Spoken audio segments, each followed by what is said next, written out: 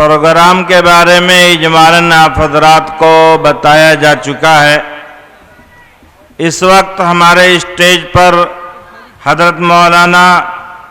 خالد سیف اللہ صاحب رحمانی دامت برکاتہم، سیکریٹری و ترجمان آل انڈیا مسلم پرسنل لا بورڈ تشریف فرما ہے، اور حضرت مولانا عبدالعلی صاحب فاروقی محترم دارالعلوم فاروقیہ کاکوری لکھنؤ بھی تشریف فرما ہے۔ میرے لیے فیصلہ بڑا مشکل ہو رہا میں پہلے کس کو بلاؤں، لیکن میں گزارش کر چکا ہوں حضرت مولانا خالد سیف اللہ صاحب رحمانی سے، میں نہایت ادب کے ساتھ حضرت کو دعوت خطاب دے رہا ہوں۔ حضرت تشریف لائیں اور اپنے قیمتی مواعظ سے ہم سب کو مستفید فرمائیں۔ الحمدللہ رب العالمین والصلاة والسلام علی سید الانبیاء والمرسلین وعلى آلہ وصحبہ اجمعین ومن تبعہم بإحسان الی یوم الدین۔ اعوذ باللہ من الشیطان الرجیم۔ وَلَنَبْلُوَنَّكُمْ بِشَيْءٍ مِّنَ الْخَوْفِ وَالْجُوعِ وَنَقْصٍ مِّنَ الْأَمْوَالِ وَالْأَنفُسِ وَالثَّمَرَاتِ وَبَشِّرِ الصَّابِرِينَ الَّذِينَ إِذَا أَصَابَتْهُمْ مُصِيبَةٌ قَالُوا إِنَّا لِلَّهِ وَإِنَّا إِلَيْهِ رَاجِعُونَ أُولَئِكَ عَلَيْهِمْ صَلَوَاتٌ مِّن رَّبِّهِمْ وَرَحْمَةٌ وَأُولَئِكَ هُمُ الْمُهْتَدُونَ۔ اس اجلاس کے صدر عالی قدر حضرت مولانا مفتی احمد اللہ صاحب، جانشین حضرت مولانا مفتی عبداللہ صاحب پھول پوری نور اللہ مرقدہ، ان کے دست راست حضرت مولانا اجود اللہ صاحب، فیض یافتہ اور فرزند ارجمند حضرت مولانا مفتی عبداللہ صاحب، ہمارے بہت ہی قابل احترام دوست بلکہ بزرگ حضرت مولانا عبدالعلی صاحب فاروقی دامت برکاتہم، حضرات علماء کرام اور مشائخ ذی احترام، محترم بزرگوں، بھائیوں اور دوستوں، اس ادارے کے سالانہ جلسے میں مجھے پہلی بار حاضری کی سعادت حاصل ہو رہی ہے۔ یہ اہل علم کی جگہ ہے، یہ اصحاب دل کی جگہ ہے، یہاں علم کی بھی تقسیم ہوتی ہے اور معرفت کی بھی، یہاں دماغ کو غذا بھی ملتی ہے اور دل کو دوا بھی حاصل ہوتی ہے۔ یہاں حاضری اور یہاں آپ حضرات سے کچھ عرض کرنا، یہ ہمارے لیے بڑی ہی سعادت کی بات ہے۔ اللہ تعالیٰ علم و معرفت کے اس مرکز کو دوام و بقا اور تسلسل عطا فرمائے اور بزرگوں کی اس روشنی کو قائم رکھے، بلکہ اس کی روشنی میں اضافہ ہوتا چلا جائے۔ میرے بھائیوں اور بزرگوں، اس وقت قرآن مجید کی ایک آیت میرے ذہن میں آئی، اور وہی آیت میں نے ابھی آپ کے سامنے پڑھی۔ اس وقت ہمارے ملک میں جو حالات ہیں، مسلمانوں کے ساتھ جو حالات ہیں، اور خود ہمارے اپنے جو حالات ہیں، ان حالات میں قرآن مجید کی یہ آیت ہمارے لیے مشعل راہ ہے، ہمیں راستہ دکھاتی ہے۔ اس وقت مسلمان مختلف جہتوں سے ابتلاء و آزمائش سے گزر رہے ہیں۔ ہماری جان محفوظ نہیں ہے، ہماری معیشت محفوظ نہیں ہے، ہمارے نوجوان محفوظ نہیں ہیں، مسلمانوں کا خون دنیا میں بہت سے مقامات پر پینے کے پانی سے بھی زیادہ سستا ہو چکا ہے، اور آزمائش کی جتنی صورتیں ہو سکتی ہیں ان صورتوں سے آج مسلمان گزر رہا ہے۔ جب ایسے حالات پیش آتے ہیں تو بعض دفعہ انسان کے قدم ڈگمگانے لگتے ہیں، انسان کی ثابت قدمی متاثر ہوتی ہے، انسان کے دل میں شک و شبہے کے کانٹے چبھنے لگتے ہیں کہ جب ہم مسلمان ہیں، جب ہم وہ امت ہیں جو امت اللہ کو پسند ہے، جب ہماری نسبت جناب محمد الرسول اللہ صلی اللہ علیہ وسلم سے ہے، جب دنیا میں اللہ تعالیٰ کی بھیجی ہوئی محفوظ کتاب کی امانت ہمارے ہاتھوں میں ہے، جب اس شریعت سے ہمارا تعلق ہے جو اللہ کی بارگاہ میں مقبول ہے، تو پھر ہم ایسی آزمائشوں سے کیوں گزر رہے ہیں؟ یہ ایک سوال ہے جو لوگوں کے ذہن میں پیدا ہوتا ہے، اور اس وقت ہمارے ملک میں ہندوستان کی نئی نسل ہماری، ان میں یہ بات بار بار ان کے ذہنوں میں چبھتی ہے، ان میں ایک طرح کا احساس کمتری پیدا ہوتا ہے، دین پر بے اعتمادی کی کیفیت پیدا ہوتی ہے، شریعت سے جو تعلق ہونا چاہیے وہ کمزور ہوتا جاتا ہے۔ تو ہمیں اپنی نئی نسل کو سمجھانے کی، ان کو مطمئن کرنے کی، اور ان مشکل حالات میں ان کو دین پر ثابت قدم رکھنے کی ضرورت ہے۔ اللہ تعالیٰ ارشاد فرماتے ہیں، اور اس ارشاد کے مخاطب غیر مسلم نہیں ہیں، مسلمان ہیں۔ اللہ فرماتے ہیں وَلَنَبْلُوَنَّكُمْ بِشَيْءٍ مِّنَ الْخَوْفِ وَالْجُوعِ، یہ مت سمجھنا کہ تم مسلمان ہو اس لیے تم پر کوئی آزمائش نہیں آئے گی، یہ نہیں سمجھنا کہ تم ہمیشہ پھولوں کی سیچ پر چلو گے، نعروں سے تمہارا استقبال ہوگا، دنیا کی نعمتیں تمہارے پاس موجود رہیں گی کیونکہ تم اللہ کے دین پر ایمان رکھتے ہو۔ اللہ تعالیٰ نے فرمایا کہ آخرت میں تو اہل ایمان کے لیے ہمارا وعدہ ہے، جنت کا وعدہ ہے، راحت کا وعدہ ہے، اللہ تعالیٰ کی ساری نعمتوں کا وعدہ ہے، لیکن دنیا میں یہ بات یاد رکھو کہ ہم تمہیں آزمائیں گے۔ عربی گرامر کے اعتبار سے اس میں تاکید ہے، اللہ تعالیٰ فرماتے ہیں کہ ہم تم کو ضرور ہی آزمائیں گے، خوف اور ڈر سے بھی آزمائیں گے۔ خوف کی بھی کیفیت ہوگی کہ پتہ نہیں کب آپ پر دہشت گردی کا الزام لگ جائے، پتہ نہیں آپ ٹرین میں نکلیں اور راستے میں آپ پر حلہ بول دیا جائے، پتہ نہیں کب لوگوں کی ایک بھیڑ آپ پر حملہ کر کے خدا نخواستہ آپ کا کام تمام کر دے۔ یہ خوف اور یہ گھبراہٹ بھی تمہارے دلوں میں ہوگی۔ والجوع، اور اللہ تعالیٰ بھوک سے بھی آزمائیں گے، معاشی پسماندگی سے آزمائیں گے، ملازمتوں کے دروازے تم پر بند کیے جائیں گے، صنعتوں کے لائسنس تم کو نہیں ملیں گے،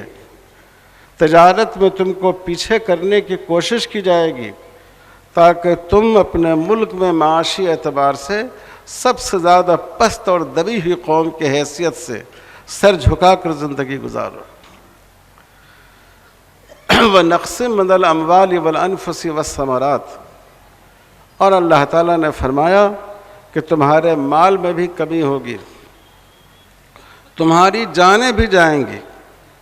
ہو سکتا ہے کہ فسادات میں تمہاری جانیں لے لی جائیں۔ ملیانہ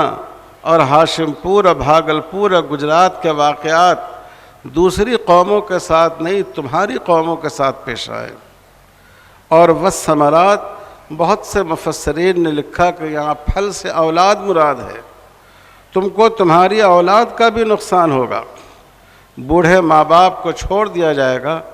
اور تمہارے جوان بچے جو تمہارے دلوں کی امیدوں کا مرکز ہیں اور جو تمہاری آنکھوں کا نور اور دل کا سرور ہیں،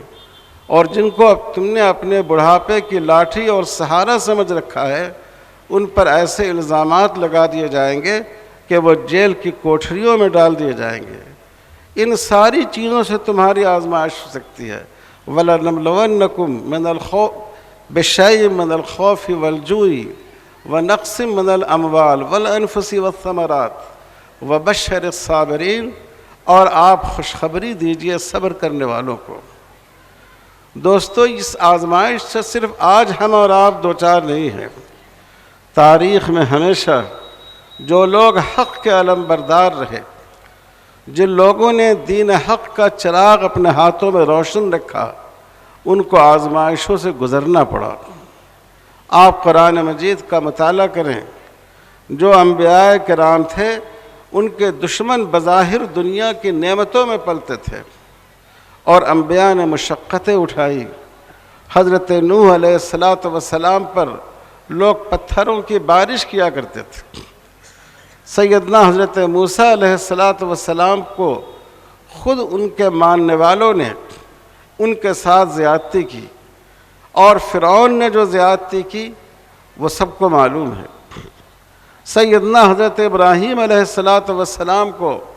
دہکتی ہوئی آگ میں ڈال دیا گیا اور ان کو اپنا وطن چھوڑنے پر مجبور کیا گیا،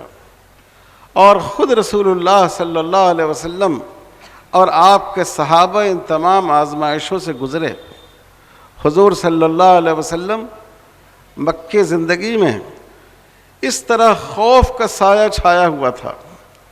کہ سیرت کی کتابوں میں لکھا ہے کہ حضرت ابو طالب نے بنو ہاشم کے چند نوجوانوں کو حضور صلی اللہ علیہ وسلم کی خوابگاہ پر، جہاں آپ سویا کرتے تھے، آرام فرماتے تھے، آپ کے گھر کے باہر باڈی گارڈ اور پہرے دار کے حیثیت سے متعین فرمایا تھا، اور وہ پوری رات جاگ کر حضور صلی اللہ علیہ وسلم کی حفاظت کیا کرتے تھے، کیونکہ دشمنوں کی طرف سے آپ کی زندگی کو خطرہ تھا۔ اور مدینہ کی زندگی کی صورتحال یہ تھی کہ وہاں بھی صحابہ آپ کی پہرےداری کرتے تھے۔ جب قرآن مجید کی یہ آیت نازل ہوئی، بلغ ما انزل الیک من ربک، آپ کے رب کی طرف سے جو کتاب آپ پر نازل کی گئی ہے آپ اسے لوگوں تک پہنچائیں، اور اگر آپ نے یہ نہیں کیا تو حق رسالت ادا نہیں کیا۔ اور پھر فرمایا گیا اللہ یعصمک من الناس، اللہ لوگوں سے آپ کی حفاظت فرمائیں گے۔ تو رسول اللہ صلی اللہ علیہ وسلم نے صحابہ سے فرمایا کہ اب اللہ نے براہ راست ہماری حفاظت کا ذمہ لے لیا ہے، اب تمہاری پہرےداری کی ضرورت باقی نہیں رہی۔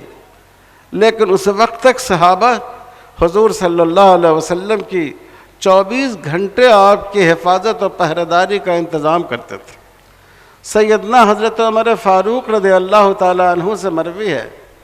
کہ ہم جب سوتے تھے تو اپنے بستر میں تلوار رکھ کر سوتے تھے۔ ہمیں یہ خوف ہوتا تھا کہ پتہ نہیں کب مدینے پر حلہ بول دیا جائے اور کب ہمارے گھروں پر یلغار کر دی جائے اور ہمارے لیے اپنی زندگی کا تحفظ مشکل ہو جائے۔ اس طرح بشیء من الخوف، اس خوف کے ساتھ، اس خوف کے ماحول میں حضور صلی اللہ علیہ وسلم کی حیات طیبہ میں بھی مسلمانوں نے اپنی زندگی گزاری، اور بھوک اور فاقہ آپ جانتے ہیں۔ حضرت عائشہ صدیقہ رضی اللہ تعالیٰ عنہ کی روایت ہے کہ 2 مہینے اس طرح گزر جاتے تھے کہ ہمارے گھر میں چولہا سلگانے کی نوبت نہیں آتی تھی، صرف کھجور اور پانی پر ہماری گزر اوقات ہوتی تھی۔ اور آپ نے سیرت کو پڑھا ہوگا، اور خاص کر یہ ربیع الاول کا مہینہ ہے، پڑھنا چاہیے کہ حضور صلی اللہ علیہ وسلم کا 3 سال سے زیادہ عرصہ تک آپ کے ساتھ نہ صرف مسلمانوں کا بلکہ آپ کے خاندان کے جن لوگوں نے آپ کی حمایت کی، بنو ہاشم اور بنو مطلب نے، ان کا ایسا زبردست بائیکاٹ کیا گیا کہ کوشش کی جاتی تھی کہ کوئی کھانے کی چیز مسلمانوں کے ہاں نہیں پہنچے۔ صحابہ کہتے ہیں کہ ہماری حالت یہ تھی کہ ہم درخت کے پتے اور چھال کھانے پر مجبور ہو گئے، اور ہمارا فضلہ، ہمارا پیخانہ ایسا ہونے لگا جیسے جانوروں کے فضلے ہوا کرتے ہیں۔ سیدنا حضرت بلال رضی اللہ تعالیٰ عنہ نقل کرتے ہیں کئی دفعہ ایسا ہوتا تھا اور کئی دن ایسا ہوتا تھا کہ حضور صلی اللہ علیہ وسلم کے لیے اور ہمارے لیے کھانے کی اتنی کم کوئی چیز ہوا کرتی تھی کہ اگر ہم اس کو اپنے بغل میں دبا کر رکھ کر ہاتھ ٹھیک کر لیں تو وہ چیز نظر نہیں آئے۔ یہ بھوک ہے جس سے حضور صلی اللہ علیہ وسلم گزرے اور جس سے حضور صلی اللہ علیہ وسلم کے صحابہ گزرے، اور جو جان کا نقصان اٹھایا، جو مال کا نقصان اٹھایا، آپ سب اس اولاد کا جو نقصان اٹھایا، آپ تمام حضرات اس بات سے واقف ہیں کہ کتنی جنگیں مسلمانوں پر مسلط کی گئی۔ خود رسول اللہ صلی اللہ علیہ وسلم طائف کے میدان میں اور احد کے میدان میں کیسی مشقتوں سے گزرے۔ کیا اللہ اس بات پر قادر نہیں تھے کہ جیسے حضور صلی اللہ علیہ وسلم صفا کی پہاڑی پر چڑھے اور آپ نے اپنی نبوت کا اعلان فرمایا اور لوگوں کو ایک خدا کی عبادت کی طرف دعوت دی، تمام کے تمام لوگ ایمان لے آتے؟ کیا اللہ اس بات پر قادر نہیں تھے؟ جو اہل مکہ حضور صلی اللہ علیہ وسلم کے اعلان نبوت کے 21 سال کے بعد، مکہ کے 13 سال اور فتح مکہ تک مدینہ کے 8 سال، 21 سال کے بعد جو اہل مکہ ایمان لائے اور جنہوں نے آپ کے سامنے اپنا سر جھکا دیا، کیا اللہ اس بات پر قادر نہیں تھے کہ پہلے دن جب آپ نے نبوت کا اعلان فرمایا تو یہ سارے کے سارے لوگ ایمان کا اعلان کر دیتے اور پھولوں کی سیج بچھا کر آپ کو اپنے گھر لاتے کہ اللہ نے ہمارے خاندان میں اور ہمارے شہر کو یہ سعادت بخشی ہے کہ اس میں نبی اور رسول کو بھیجا ہے؟ لیکن ایسا نہیں ہوا۔ اللہ کی مرضی یہ تھی کہ مسلمانوں کو جن آزمائشوں سے گزارا جانا ہے، مسلمانوں کو آئندہ جن ابتلاؤں سے دوچار ہونا ہے، مسلمانوں کے ایمان کا جس جس طریقے پر امتحان ہونے والا ہے، رسول اللہ صلی اللہ علیہ وسلم کو ان تمام امتحانات سے گزارا جائے، ان تمام آزمائشوں سے دوچار کیا جائے، تاکہ جب مسلمان ایسی آزمائش سے دوچار ہوں تو ان کے سامنے رسول اللہ صلی اللہ علیہ وسلم کا اور آپ کے رفقا کا اسوہ سامنے رہے کہ آج ہمارے سامنے یہ تکلیف ہے، ہمارے نبی صلی اللہ علیہ وسلم اللہ کے سب سے محبوب و مقبول بندے تھے، لیکن آپ کو اس سے زیادہ آزمائش میں مبتلا کیا گیا، آپ کو اس سے زیادہ ابتلاؤں سے دوچار کیا گیا ہے۔ یہ اسوہ مسلمانوں کے سامنے باقی رہے اور وہ ایمان پر ثابت قدم رہیں، ایمان کی اہمیت کو سمجھیں، یہ ان کے اندر یہ عزم اور یہ جذبہ ہو کہ ہم ساری آزمائشوں سے ہم گزر سکتے ہیں، ہم آگ کا دریا پار کر سکتے ہیں، ہم طوفانوں سے کے نقصان کو اٹھا سکتے ہیں، ہم اپنی اولاد کو کھو سکتے ہیں، ہم اپنی دولت سے محروم ہو سکتے ہیں، لیکن ایک مرد مومن ایمان کی دولت سے محروم نہیں ہو سکتا۔ یہ بات سمجھانے کے لیے حضور صلی اللہ علیہ وسلم کو اس پورے 21 سال ہر صبح و شام اور پورے ہر شب و روز طرح طرح کی آزمائشوں اور مشقتوں سے گزارا گیا، اور حضور نے اپنے عمل کے ذریعے صحابہ کو سمجھایا اور صحابہ نے امت کے بعد میں آنے والی امت کو سمجھایا کہ ایمان کا تقاضا یہی ہے، اسلام نام ہی اسی کا ہے، اسلام پھولوں کی سیج پر چلنے کا نام نہیں ہے، اسلام اللہ کے دین کے لیے، اللہ کی رضا کے لیے اگر ضرورت پڑے تو آگ کے انگاروں پر چلنے کا نام ہے۔ اس بات کو سمجھانے کے لیے ایک پوری تاریخ ہمارے سامنے موجود ہے، رسول اللہ صلی اللہ علیہ وسلم کی اور حضرات صحابہ کرام رضوان اللہ تعالی علیہ مجمعین کی۔ میرے بھائیوں بزرگوں، آج ہم ایک آزمائش سے گزر رہے ہیں، ہمارے ایمان پر بھی حملہ کرنے کی کوشش کی جا رہی ہے۔ کبھی کہا جاتا ہے کہ وندے ماترم آپ کو پڑھنا ہوگا، کبھی کہا جاتا ہے آپ کو سوریہ نمسکار کرنا ہوگا، یوگا کرنا ہوگا، جس کا ایک حصہ سوریہ نمسکار ہے، سورج کی پرستش ہے۔ ہمارے دین میں اتنی زیادہ احتیاط ہے، آپ سب جانتے ہیں کہ رسول اللہ صلی اللہ علیہ وسلم نے، عرب میں مالک کو رب کہا جاتا تھا، غلام کو عبد کہا جاتا تھا، اور رب کا لفظ اللہ تعالیٰ کے لیے بھی ہے، اور عبد کا لفظ اللہ تعالیٰ کی نسبت سے اللہ کے بندوں کا بھی ہے۔ تو حضور صلی اللہ علیہ وسلم نے اس وہم سے بچانے کے لیے، شرک کے شائبے یعنی تعبیر میں کو بھی شرک کے شائبے سے محفوظ رکھنے کے لیے آپ صلی اللہ علیہ وسلم نے فرمایا کہ غلام اپنے آقا کو سید کہے، رب نہ کہے۔ آقا اپنے غلام کو عبد نہیں کہے، مولا کہے، تاکہ الفاظ کے اعتبار سے بھی مشابہت نہ ہو۔ یہ وندے ماترم کے الفاظ بعض ہمارے سیاسی لوگ کہتے ہیں کہ پڑھ لے تو کیا حرج۔ یہ وندنا سنسکرت زبان میں عبادت کے معنی میں، یعنی اے میری مادر وطن میں تیری عبادت کرتا ہوں۔ مسلمانوں کو ان کا وطن محبوب ہے، اور ہمارے رسول صلی اللہ علیہ وسلم نے وطن کی محبت سکھائی ہے۔ جب آپ مکے سے نکلے آپ نے ہجرت فرمائی، اور یہ ہجرت اللہ تعالیٰ کے حکم سے تھی،